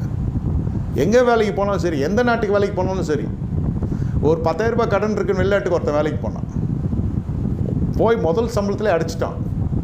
அதுக்கப்புறம் கொஞ்சம் அப்படியே சேர்ந்தது காசு. ஒரு பெரிய சொத்து வாங்க போகிறான். கோடிக்கணக்கான சொத்து லோனை போட்டு அதை வாங்கிட்டாங்க. லோன் அந்த ஊரில் லோன் போட்டால் டக்குன்னு வந்துடும். இந்த ஊரில் அது கோடி பெரிய விஷயம் கிடையாது, கொடுத்து வாங்கிட்டான். எல்லாம் முடிச்சுக்கிட்டு வந்து இறங்குறான். கவர்மெண்ட் வந்து எடுத்துக்கிச்சு அந்த சொத்தை. இடிச்சிட்டான், பிரிட்ஜு வரப்போகுதுன்னு. பட்ட உழைப்பு போச்சா, வாங்கின கடன் அடித்தா, இங்கே வந்து வீடாக வாடகைக்கு வர மாதிரி வீடெல்லாம் கட்டி அவன் வெளிநாட்டிலேருந்து வந்தால் இங்கே உட்காந்து சாப்பிட்ற மாதிரி எல்லாம் க்ரியேட் பண்ணான். என்னை பார்த்து ரொம்ப கண்ணீர் விட்டு கதறி அழுதான். யாரோ எனக்கு ஏதோ பண்ணிகிட்ருக்காங்க. இல்லையா, உன் லேப்டாப்பை செக் பண்ணு, லேப்டாப்பில் என்னென்னலாம் இருக்குது, கொஞ்சம் உன் லேப்டாப் நான் பார்க்கட்டுமான்னு கேட்டேன். காட்டல. இஸ் மை ஃப்ரெண்ட், நீ ஃபாதர் ஆகிட்ட, சர்ச்சுக்கு அதெல்லாம் வேணாம், அவ்வளோதான். லேப்டாப்பில் என்ன இருக்கிறது? எல்லாம் இருக்கும், சகலமும் இருக்கும், இருக்கக்கூடாதெல்லாம் இருக்கிறது. கண்கள் அதை பார்க்குறது, இச்சிக்கிறது. இதெல்லாம் வெளிநாட்டில் உட்காந்து இதெல்லாம் செஞ்சு கொண்டிருக்கிறீர்கள். உள்நாட்டில் தெரியாதுன்னு நினைக்கிறீங்க. கிரியையிலே காட்டி கொடுத்துரும். எப்போ இந்த வேசித்தனம் உள்ளே வருகிறதோ அப்பொழுது தெரிந்து கொள்ளுங்கள், உங்களுடைய ஆஸ்திக்கு பங்கம் விளைவிக்கிறீர்கள். ஒரு துண்டு அப்பத்துக்கு நீங்கள் இறந்து திருவீர்கள் வேதம் சொல்லுகிறது. நன்மைக்கு தீமை செய்கிறதுனால் வருகிற பலன்கள். 106 சங்கீதம் எடுத்து பாருங்கள். மனைவியை கண்டடை நன்மையை கண்டடைகிறான். நீங்கள் நன்மைக்கு தீமை செய்கிறீங்க, மனைவிக்கு துரோகம் செய்கிறீங்க. அந்நியர்கள் உங்களுடைய வசத்தில் இருக்கிற பொருளாதாரத்தில் சாப்பிட்டு போவாங்க. புறஜாதியர்கள் நீதிபதிகள் 5 அதிகாரம் சொல்லுகிறது. அந்த வேசித்தனம் பிரச்சனையாக்கி பண்ணி விட்டுருவோம். வேசித்தனம் பண்ணல, நான் பான் மூவிஸ் தான் பார்க்குறனாலும் அது வேசித்தனம் தான். வேதம் சொல்லுது, கண்களில் நிச்சயம் மாம்சிச்ச ஜீவனத்தின் பேரும் பிதாவினால் உண்டானது அல்ல.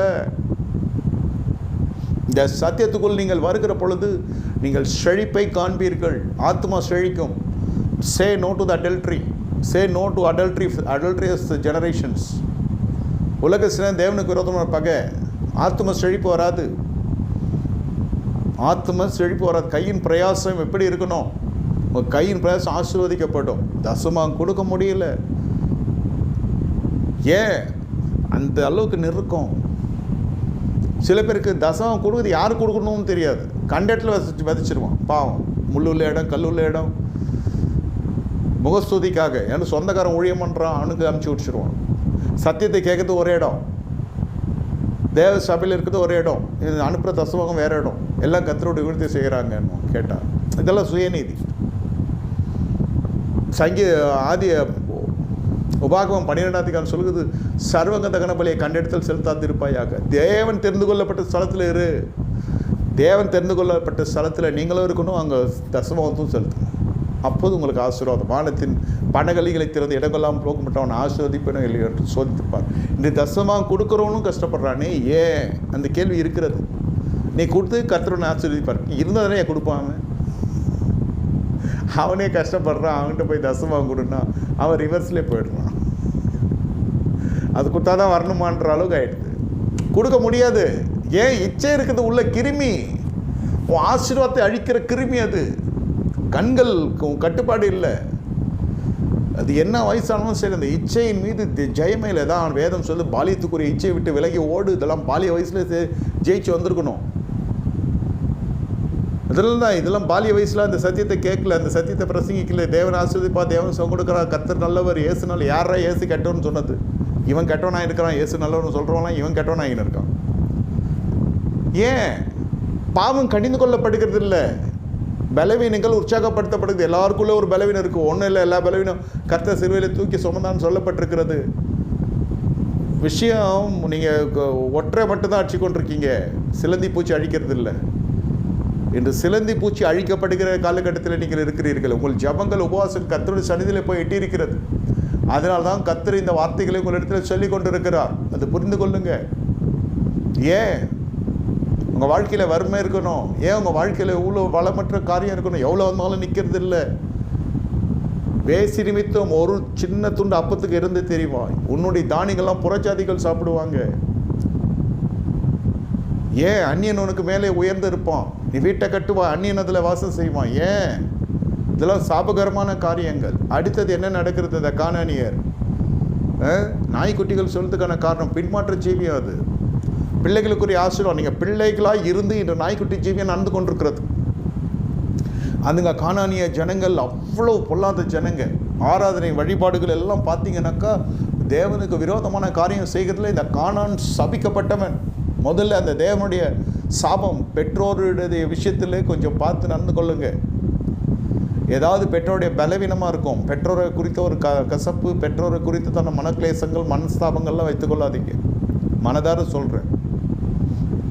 அந்த காலத்தில் எங்களுக்கு இதெல்லாம் சொல்லித்தரதுக்கு ஆள் இல்லை, வெளிப்பாடும் இல்லை, எதுவும் இல்லை. இப்போ பார்க்குற பொழுது இன்னும் கொஞ்ச நாள் முன்னே இதெல்லாம் தெரிஞ்சுதான் நல்லமாக இருக்குமே நான் நினைக்கிறேன். தனிப்பட்ட விதமாக உங்களுக்கு இது ஊடகத்து வழியே வருகிறது. எதனா பண்ணி தொலையிட்டோம். அவங்க உங்களுக்கு சொத்து கொடுத்தாலும் சரி, சொத்து கொடுக்கலாலும் சரி, உங்களுக்கு சீர் செஞ்சாலும் சரி, சீர் செய்யலாலும் சரி, உங்களுக்கு அவர்களை பேசுவதற்கு எந்த அதிகாரமும் வேதம் வழங்கவில்லை. கனப்படுத்தும்படி தான் சொல்லப்படுகிறது. நான் அன்பு பாராட்டுறேன், அதை பாராட்டுறேன்னு சொல்லிட்டு நீங்கள் வார்த்தையை கோட்டை விட்டுறாதீங்க, அப்புறம் ஆசீர்வாதம் போயிடும். இது பிரச்சனையே மகனுக்கும் தகப்பனுக்கும் தான்.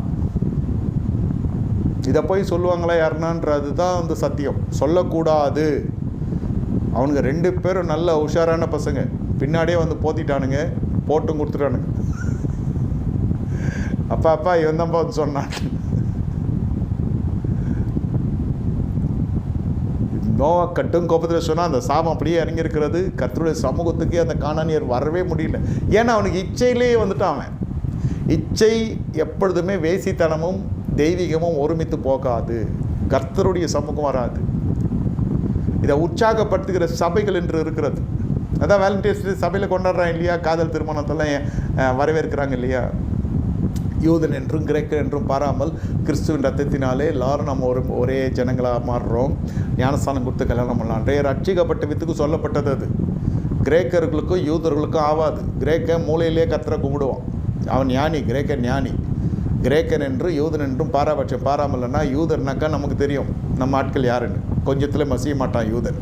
கிரேக்கன் யோசித்து பார்த்து சரி ரட்சிப்பெல்லாம் இருக்குன்னுவான், ஆனால் என் மனசார ஏற்றுக்க மாட்டான், ஆனால் ஞானஸ்தானம் எடுத்துருவான். By knowledge. எல்லோரும் ஞானஸ்தானம் எடுக்கணும்டா, 18 வயசு ஆகுது எடுறான்னாக்கா 15 வயசில் சரி சும்மா தான் இருக்கான் பையன், அவனுக்கு சேர்த்து கொடுத்துடலாம் ஞானஸ்தானம். அவனுக்கு என்ன விஷயம்னு தெரியாது. கொடுக்குறவனுக்கும் தெரியாது அவனை பற்றி, எடுக்கிறவனுக்கும் தெரியாது கொடுக்குறவனை பற்றி. அதுக்கு ஒரு வெள்ளை ட்ரெஸ் மாற்றி முக்கிய எழுப்ப வேண்டியது தான். வெள்ளை ட்ரெஸ்ஸுக்கு நான் விரோதியே இல்லை. வெண் வசம் தடிப்பாயாகன்னா தடிச்சுக்கோங்க.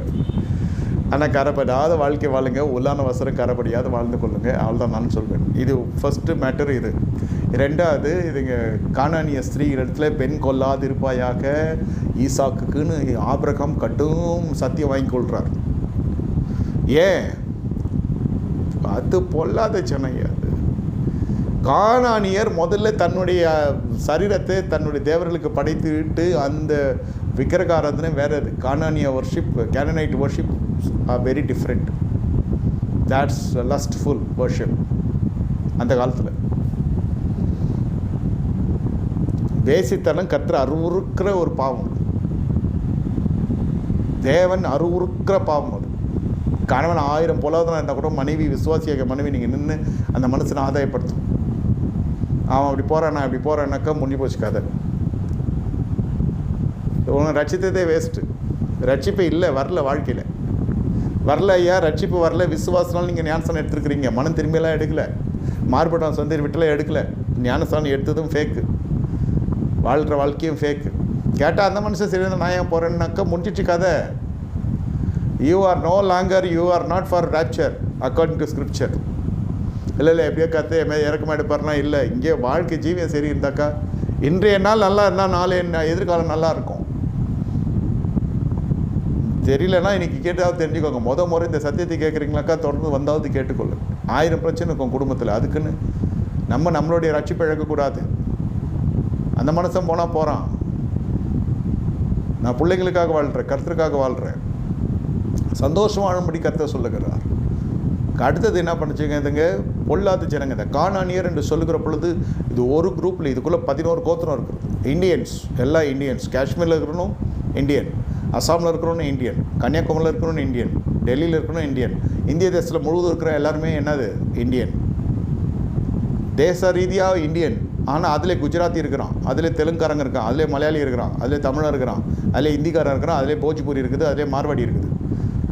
ஒவ்வொரு ஸ்டேட்டுக்கு ஏற்ற மாதிரி, ஒவ்வொரு மாநிலத்துக்கு ஏற்றபடி பாஷைகள், ஒவ்வொரு மாநிலத்துக்கு ஏற்றபடி ஒவ்வொரு சொற்றொடர்கள் மாநிலத்தின் பெயரோடு வைத்து நம்ம சொல்லுகிறோம். தெலுங்கர், தமிழர், குஜராத்தியர், மராட்டியர் எவ்வளோ சொல்கிறோம், மலையாளிகள். அதுபோல் தான் கிர்காசியர், ஏத்தியர், எபூசியர், அம்மோனியர், அம்மோன் புத்திரர் வேறு. இப்படியாக அந்த 11 கோத்திரங்கள் இருக்கிறது. அதில் ஆக்டிவாக இருக்குது 5 கோத்திரம். இதுங்க எல்லாம் சேர்ந்து என்ன பண்ணிச்சிங்கனாக்கா, யோசுவாவின் காலத்திலே ஆண்டவர் சொல்கிறார், இந்த எபூசியர், எமோரியர், கானானியர் இவர்கள் இந்த சங்காரம் பண்ணணும். யாரி உபாகம் புத்தகத்தை சொல்கிறார், தேசம் கொடுக்கறதுக்கு காரணமே அவங்களெல்லாம் அடித்து விரட்டி சங்காரம் பண்ணிவிட, அவங்கள கொலை செஞ்சிட, அவங்கள விடாத, அவங்களோட நீ இருந்தால் நீ கெட்டு குட்டிச்சோரம் ஆகிடுவே, அவ்வளோதான். அவங்க ஒன்று நாசம் பண்ணுறாங்க. லேண்டு டிஸ்ட்ரிபியூட் பண்ணுறது யோசுவா அங்கிள் ரொம்ப பிஸி ஆகிட்டார். பணம் வந்துட்டோன்னு தெரியாது இல்லையா, தேவாலயம் தெரியாது, தேவனுடைய சபை தெரியாது, தேவனுடைய வார்த்தை தெரியாது. போராடி போராடி போராடி இவங்க பெரிய போராளியாக இப்போ தான் அந்த முதல் ஜென்ரேஷனே போயிடுச்சு. லேண்டு ரியல் எஸ்டேட்டுக்கு, அதாவது இடத்த பார்க்க போய் வாக்குத்தத்தம் செய்யப்பட்ட தேசத்துக்கு போகிறேன்னு போய் எல்லாம் மடிந்து 2 பேர் தான் இருக்கோம், யோசுவாவும் காலேபும். அடுத்தது நெக்ஸ்ட் ஜென்ரேஷன் எல்லாம் வந்தோடனே எல்லாம் பிரித்து கொடுக்குறதுலே கரெக்டாக இருக்குது. அதுக்குள்ளே அந்த மனுஷனோட ஆயுசு நாட்டிலே பாதி போயிடுச்சு. கொடுத்து அதாவது சொல்கிறேன், உள்ளே பிரவேசித்து எல்லாத்துக்கும் டிஸ்ட்ரிபியூட் பண்ணி கொடுத்தா பாதி பேர் என்ன பண்ணிட்டான், பெஞ்சமின் கோத்திரத்தாரோ மனாசே கோத்திரத்தாரோ என்ன செய்கிறாங்க, 1.5 கோத்திரம் அப்படியே நின்றுடுச்சு. போகிற வழியில் இப்போ சென்னை போகணும், அரக்கோணத்தில் நின்றுடுறான். இங்கே பசுமையாக இருக்குது, நான் இங்கேயே வந்துடுறேன், இங்கெல்லாம் வேணாம், எனக்கு இங்கே மந்தைகள்லாம் இருக்குது, வாக்குத்தத்தம் செய்யப்பட்ட தேசத்துக்கு பக்கத்தில் தானே இருக்கிறேன், எதனா தான் வந்து போகிறேன்ட்டு பெஞ்சமின் கோத்திரத்தாரும் மனாசே கோத்திரத்தாரும் ஒரு டிஃப்ரெண்ட்டாக இருப்பான் கேரக்டரில், நேச்சரில், சுபாவ கிளைகளில் வேறு. பெஞ்சமின் கோத்திரத்தார் எல்லா பொம்பளை மேட்டரில் மாட்டி கேங் வார், ரேப்பு கேஸு நிறைய இருக்குது நியாயாதிபதிகள் புத்தகத்தில், ஷார்ட்டாக சொல்கிறேன். அதனால் இந்த பெஞ்சமின் கோத்திரம் வந்து தள்ளி வைக்கப்பட்ட கோத்திரம் ஆயிடுச்சு டியூ டு கேரக்டர் அசாசினேஷன். ஆமாம், கேங் ரேப்பெல்லாம் பண்ணிட்டாங்க. அதனால் பெஞ்சமின் கோத்திரத்தார் மேலே மற்ற 10 கோத்திரமும் கோபமாக இருக்குது. அதுலேருந்து தெரிந்து கொள்ளப்பட்டவர் தான் சவுல் ராஜா. பெஞ்சமின் கோத்திரத்தில்னாலே ரொம்ப சீப்பாக பார்க்கலாம். இந்த பெஞ்சமின் கோத்திரத்தில் வந்தவனா நம்மளை ரசிக்க போகிறோம், சவுலாக நம்ம ரசிக்க போகிறான்னு சொன்னது காரணம் இது தான். நான் சுருக்கமாக சொல்கிறேன், டாபிக் பெருசு. இப்படியா போய் கொண்டிருக்கிற பொழுது இந்த யோசுவாவின் காலத்திலே கர்த்தர் எழுந்திரலி சொல்கிறார், ஐயா யோசுவா தம்பி வானா, இதுக்கெல்லாம் பொல்லாத ஜனங்க சேர்க்காதன்னு. அவன் என்ன பண்ணுறான், வேஷம் மாறி வரான். வேஷம் மாறி வந்து யோசுவா காலில் விழுந்துடுறான். கையில் காலில் விழுந்து, ஐயா எங்களுக்கு அமைஞ்சி, யோசுவா பார்க்குற, சரி அமைஞ்சி வேலை செய்கிறதுக்காவது இருக்கட்டும், அமைஞ்சி வேலைன்னா நான் பலி செலுத்துறதுக்கு கட்டை வெட்டணும், நம்ம ஆளுங்க தான் சம்பளம் வந்துடுது, சாரி செழிப்பாயிடுறான். இஸ்ரேல் புத்திரர்களுக்கு ஹார்ட் ஒர்க்லாம் கிடையாது, சாப்பிட்றது, தூங்கிறது, கர்த்தரை துதிக்கிறது, இப்படி தான் கொடுத்தது. நியாயப்பிரமாணங்களை வாசிக்கணும், தேவனை துதிக்கணும், ஆராதிக்கணும், பஸ்கா ஆசரிக்கணும், இப்படி. அதுக்கப்புறம் என்ன ஆயிடுச்சுனாக்கா இவன் வேறு மாதிரி போயிடுச்சு, லக்ஸரியாக போயிடுச்சு. அப்படியே போயின்னு இருக்கிற டைமில் தான் கர்த்தர் சொல்கிறான், இந்த ஜனங்களை சேர்க்காத, இது வேணாம், இது வேணாம், இது வேணாம், ஐயோ பாவம் பாவம் பாவம், மர்சி, சிம்பத்தி, சோஷியல் ஒர்க்குன்னு போய் வீட்டு வேலைக்கு வச்சுக்கிறோன்னு சொல்லி இவரை போய் அமைஞ்சி வேலைக்கு பலி செலுத்துறதுக்கு, மரம் வெட்டுறதுக்கும், தண்ணி இறைப்பதற்கு, இதெல்லாம் ஹார்ட் ஒர்க்கு நம்ம பசங்க பண்ண மாட்டாங்க. பேம்பர் பண்ண சைல்டு, நம்ம பசங்க எப்படி செல்லமாக வளர்கிறாங்களோ அது போல தான் இஸ்ரேல் புத்திரர்கள். முற்பிதாக்கள் தான் கஷ்டப்பட்டு வந்துச்சுங்க, ரொம்ப பாடப்பட்டதுங்க. அடுத்தடுத்த ஜென்ரேஷன்லாம் வந்து குளிர்ந்துடுச்சு. இப்போ முதல் சந்ததி கர்த்தரை ஏற்றுக்கொள்கிறப்ப பவர்ஃபுல்லாக இருக்கும். அடுத்தது அது கிறிஸ்தவ பசங்களாம் மாறிடுதுங்க. எல்லா கிறிஸ்தவ பசங்க எப்படி இருக்குதோ அதை விட ஒரு படி அதிகமாக இருக்கும் பாஸ்டர் பசங்க. இது உண்மை. பிசாசு அந்த பாஸ்டர் பிள்ளைங்கள தான் அதிகமாக சோதிப்பான்னு சொல்ல வரேன். அதனால் பாஸ்டர் பையனே பண்ணுறான், பாஸ்டர் பொண்ணே பண்ணுறப்போ கூட இருக்கிறவங்களுக்குலாம் அந்த யூத்தெல்லாம் ரொம்ப ஜாலியாக இருக்கும் சர்ச்சில். I know, I am also pastor, I am blessed with 3 children. Fact இது. அப்புறம் அந்த தேவன் அந்த உடன்படிக்கை நினைத்து பார்த்து அந்த பிள்ளைகளை தொடுகிற பொழுது தான் அது புது சிருஷ்டியாக மாறுது, புதிய ஜீவாத்மா மாறுது. அது வரைக்கும் அது பெரிய முள்ளாக இருக்கும் பாஸ்டருக்கு. அந்த மாதிரி யோசுவாவுடைய பிள்ளைகளை பார்க்கறதா, லேண்டு பிரித்து கொடுக்குறதா பார்த்துருக்கிறதுல இவன் வந்து காலில் விழுறான். சரி ஏதோ வீட்டு வேலைக்காவது இருந்துட்டு போன்னு சொல்லி விட்டு யோசுவா லேண்டெல்லாம் பிரித்து கொடுத்தோன்னே இந்த ஜனங்க அந்த தேசத்தில் இருக்கிறவங்களாம் அடித்து விரட்டுன்னு சொன்னாக்கா விரட்ட முடியல.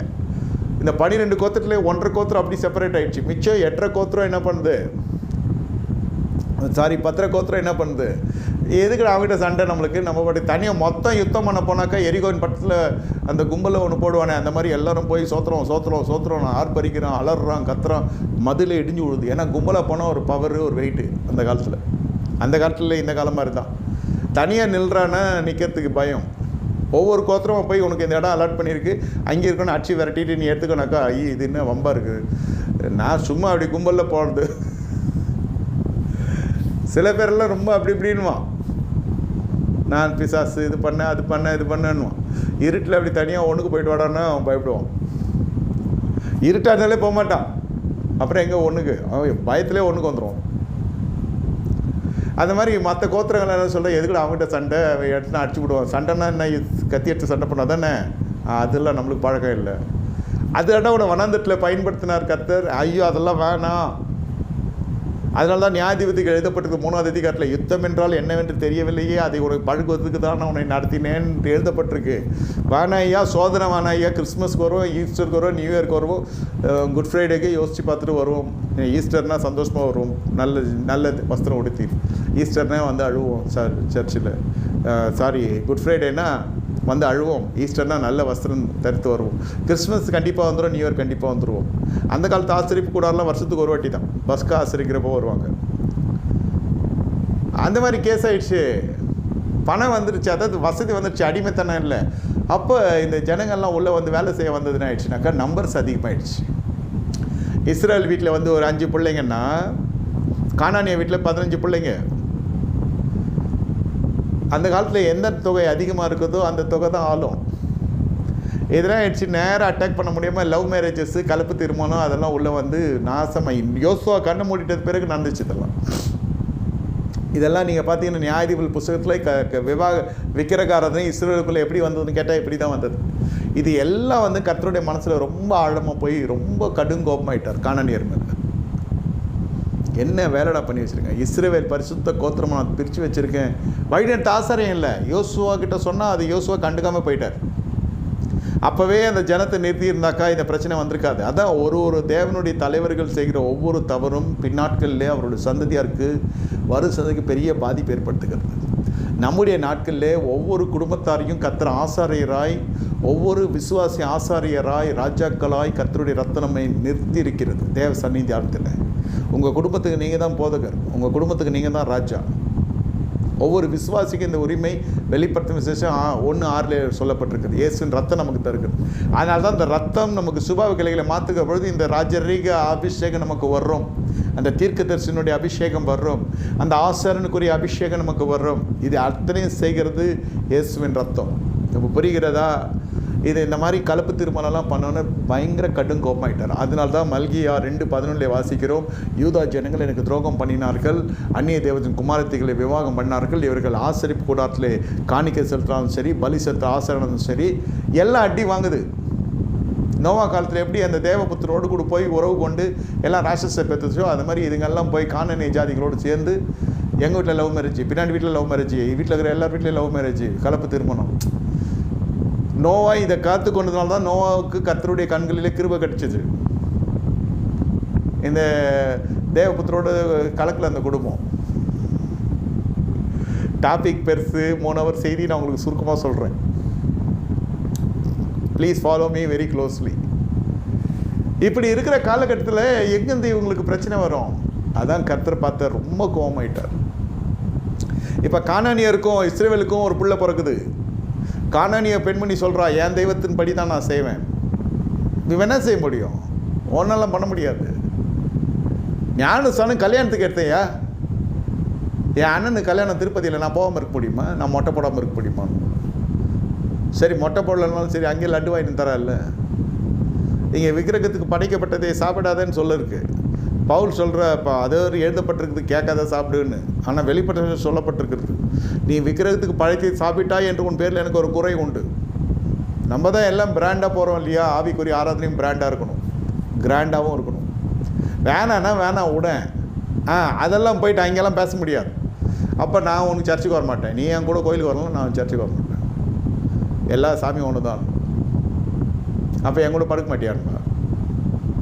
என்ன பண்ணுவான் நம்மால்? இது ஆணும் செய்யும் பெண்ணும் செய்யும். கடைசியில் நாசமாக போல தான் மிச்சம். அதெல்லாம் தான் கர்த்தர் கோபமாகி, நாய்க்குட்டிகளுக்கு அதெல்லாம் இல்லைம்மா, இது பிள்ளைங்களுக்குரிய ஆசீர்வாதம். விடுதலை என்பது பிள்ளைகளுக்குரிய ஆசீர்வாதம். பிசாசுன பீடிக்கப்பட்டிருக்கு, நீ வந்திருக்கிற, நீ சுகத்துக்கும் விடுதலைக்கு வந்திருக்க உன் பிள்ளைக்கு. ஆனால் இது பிள்ளைகளுக்குரிய ஆசீர்வாதம். விடுதலை என்பது யாருக்கு? விசுவாசிகளோட ஆசீர்வாதம். விசுவாசி எப்படி இருக்கணும்? அவிசுவாசிகள் பிணைக்கப்படக்கூடாது. இருளுக்கு ஒலிக்கு சம்மந்தமே இது. அன்னையிலேருந்து இது ஃபாலோ ஆகினுது. திருமண உடன்படிக்கை இல்லை. இவன் லவ் பண்ணுறான், கன்வெர்ட் பண்ணுறான், கட்டுறான், அதுக்கப்புறம் வெட்டுறான், குத்துறான்னா நம்ம என்ன பண்ண முடியும்? இல்லை பண்ணி வைக்கிறதுங்களே, இதுங்களுக்காக அருவானா? பண்ணிக்கிறவனுக்கு தெரியாது, அவன் ஒரு ஜோரில் வருவான், அவன் ஒரு போதையில் இருக்கிறான். அந்த பொண்ணை தான் கட்டணும், அந்த பொண்ணு சொல்லுவான் இவனை தான் கட்டுவேன்னு. இங்கே இல்லைன்னா ஓடி போய் தான் கல்யாணம் பண்ணிக்கோங்க, அது வேறு விஷயம். இல்லை முன்னே நிற்கிறான்னு ஆசிரியர்னு தெரியவானாமா? 99% அப்படி தான் போய் கொண்டிருக்கிறது. நீ பீலியாம் உபதேசத்தில் என்ன சொல்கிறான்? பீலியாமே மோவாபி ஸ்திரீகளை உள்ளே அனுப்பு, கர்த்தரோடு கூட இருக்கிறார். அவன் கிட்ட கூட போக முடியல, சபிக்க முடியல, மந்திரம் பண்ண முடியல, மாயம் பண்ண முடியல. கர்த்தரோடு கூட இருக்கிறார், ராஜஜெய கம்பீரத்தோடு இருக்கிறாங்க, காண்டாமிருகத்தோடு பலத்தோடு இருக்கிறாங்க. ஏன் மோவாபி ஸ்திரீ அனுப்பணும்னு மோவாபி ராஜா கேட்குறான். டே அவளை அனுப்பிச்சின்னா அவன் வேசித்தனம் பண்ணால் கர்த்தரை விலகிடுவார். புரியுதா? வேசித்தனம் பண்ணால் கர்த்தரை விலகிடுவார், மகிமை எடுபட்டு போயிடும். இப்போ புரிகிறதா? கர்த்தர் கூட இருந்தால் நீங்கள் எல்லாம் செய்யலாம். உங்களுக்கு இச்சை கூட இருந்தால் கர்த்தர் கூட இருக்க மாட்டார். இந்த இச்சை எதனாலே மேற்கொள்ளப்படுகிறது என்று சொன்னால் சத்தியத்தின் மூலம் தான் விடுதலை பெற முடியும். அதனால தான் சத்தியத்தை கேட்க வாங்க வாங்க வாங்கன்னு தலைப்பாடாக கூவுறது, கூச்சல் போடுறது, கத்துறது, வருந்தி அழைக்கிறது, கெஞ்சி கூப்பிடுகிறது, அன்போடு வரவேற்கிறது. சரி, வர முடியலன்னா கூகுள்லேயாவது கனெக்ட் ஆகுங்க, கூகுளில் கனெக்ட் ஆகலாம், யூடியூப்லேயாவது பார்த்து தெரிஞ்சுக்கொள்ளுங்க. இதனால் தான் ஆண்டவர் சொன்னார், பிள்ளைகளுக்குரியதை நாய்க்குட்டிகளுக்கு போடுகிறது நல்லதல்ல. அவர் சொல்கிறான், அந்த ஆண்டவரே துணிக்கைகளாக சாப்பிட்றேன். சரி, உன் விசுவாசம் பெரியது, தன்னை தாழ்த்துறான். அதுங்கெல்லாம் கண்ணிங்க உள்ளே வந்ததுங்க. வேலைக்காரியாத வீட்டுக்காரியாச்சு இல்லை ஆகார் அந்த கேஸ். அதெல்லாம் நம்ம உழைச்சி சம்பாரித்து எல்லாத்தையும் சம்பாரிச்சு வச்சா அதுங்க உள்ளே பூந்து காட்டியே போட்டுச்சு. திருமணம் என்ற பேரில் என்ன நடக்குதா இல்லையா? எந்த பாகுபாடும் நாங்கள் பார்க்கறதுல அடப்பாவி. நம்ம பரிசுத்த ஜாதி, கர்த்தராகிய இயேசு கிறிஸ்து ரத்தத்தில் கழுவப்பட்டிருக்கிறோம். இதுக்கு மேலே நான் என்ன சொல்கிறது? பிரியமே ரூபவதியே, விரும்புகிறபடி ஆவ கடவுது. பார்த்துக்கோங்க, இதெல்லாம் நம்மளுடைய கழிவுகளெல்லாம் எடுத்து போட்டால் பரிசுத்த ஜாதி ஆவிங்க. இன்றைக்கு உன்னை பரிசுத்தப்படுத்திக்கொண்டால் நாளை தேவனுடைய அற்புதத்தை காண்பாய். பிள்ளைகளை வைத்திருக்கிறவர்கள் இன்றே கர்த்தரிடத்தில் சொல்லுங்க, ஆண்டவரே என் பிள்ளையை நீதியின் பாதை நடத்துவேன், உலக ஸ்நேகத்தை கண்டித்து உணர்த்துவேன், உலகம் எப்படின்னா போட்டோம், எங்கள் வீட்டில் இஸ்ரவேலின் தேவனை நாங்கள் வழிபடுகிறோம், பரிசுத்த ஜாதியாக இருக்க போகிறோம். கண்களை மூடி கர்த்தரை நோக்கி பார்ப்போம். ஆண்டவரை ஸ்தோத்தரிக்கிறோம். இவர்களோடு கூட நீர் செய்த உடன்படிக்கை நினைவு கூறும். இந்த சத்தியத்தின்படியே உங்களுடைய பிள்ளைகளை ஆசீர்வதி, விரும்புகிறபடி ஆபக்கடவுது. ஆனால் அதே சமயத்தில் எவ்வளோ கோளாறுகள், இந்த கானானியோட ஸ்திரீயை கர்த்தர் கடிந்து கொண்டதுக்குள்ளே நாங்கள் கற்றுக்கொண்ட ரகசியன பிள்ளைகளுக்குரிய ஆசீர்வாதத்தை எங்களை கொடுத்து ஆசீர்வதி. விடுதலை, ஆராதனை, சுகம், தீர்க்காயுசு, பரிபூர்ணம், இவை அனைத்தும் பிள்ளைகளுடைய ஆசீர்வாதம். விசுவாசங்கள் பிடிக்கப்பட்டதும் தேவனுடைய சமூகத்துக்கு வராது இருக்கிறதும் இச்சைக்குரிய பாத்திரங்களாய் வாழ்ந்து கொண்டிருக்கிறதும் இவெல்லாம் கானானிய ஆவிகள். என் தேவன் எழுந்தருளி அத்தம் பண்ணி போட்டு பரிசுத்தப்படுத்தும். இயேசுண்ட தெளிக்கிறோம். இயேசுவின் நாமத்தில் பிதாவே, ஆமென். என் ஆத்துமாவே கர்த்தரை ஸ்தோத்திரி, முளை பரிசுத்தத்தை ஸ்தோத்திரி. ஆத்துமாவே கர்த்தரை ஸ்தோத்திரி, கர்த்தர் செய்த சகல உபகாரம் மறவாதே, ஆமென். கர்த்தராக இயேசு கிறிஸ்துவின் கிருபையும் பிதாவாகிய தேவனுடைய அன்பும் பரிசுத்தம் நினைக்கும் நம் நேரோடும் சதாக்காலம் சில பரிசுத்தோடு இருப்பதாக. நன்றி, வணக்கம். கர்த்தர் உங்களை ஆசீர்வதிப்பார். கர்த்தர் உங்களோடு கூட இருப்பார். சொல்லப்படுகிற காரியம் என்னவென்றால், நாளை சகோதரிமார்கள் ஜெபம்,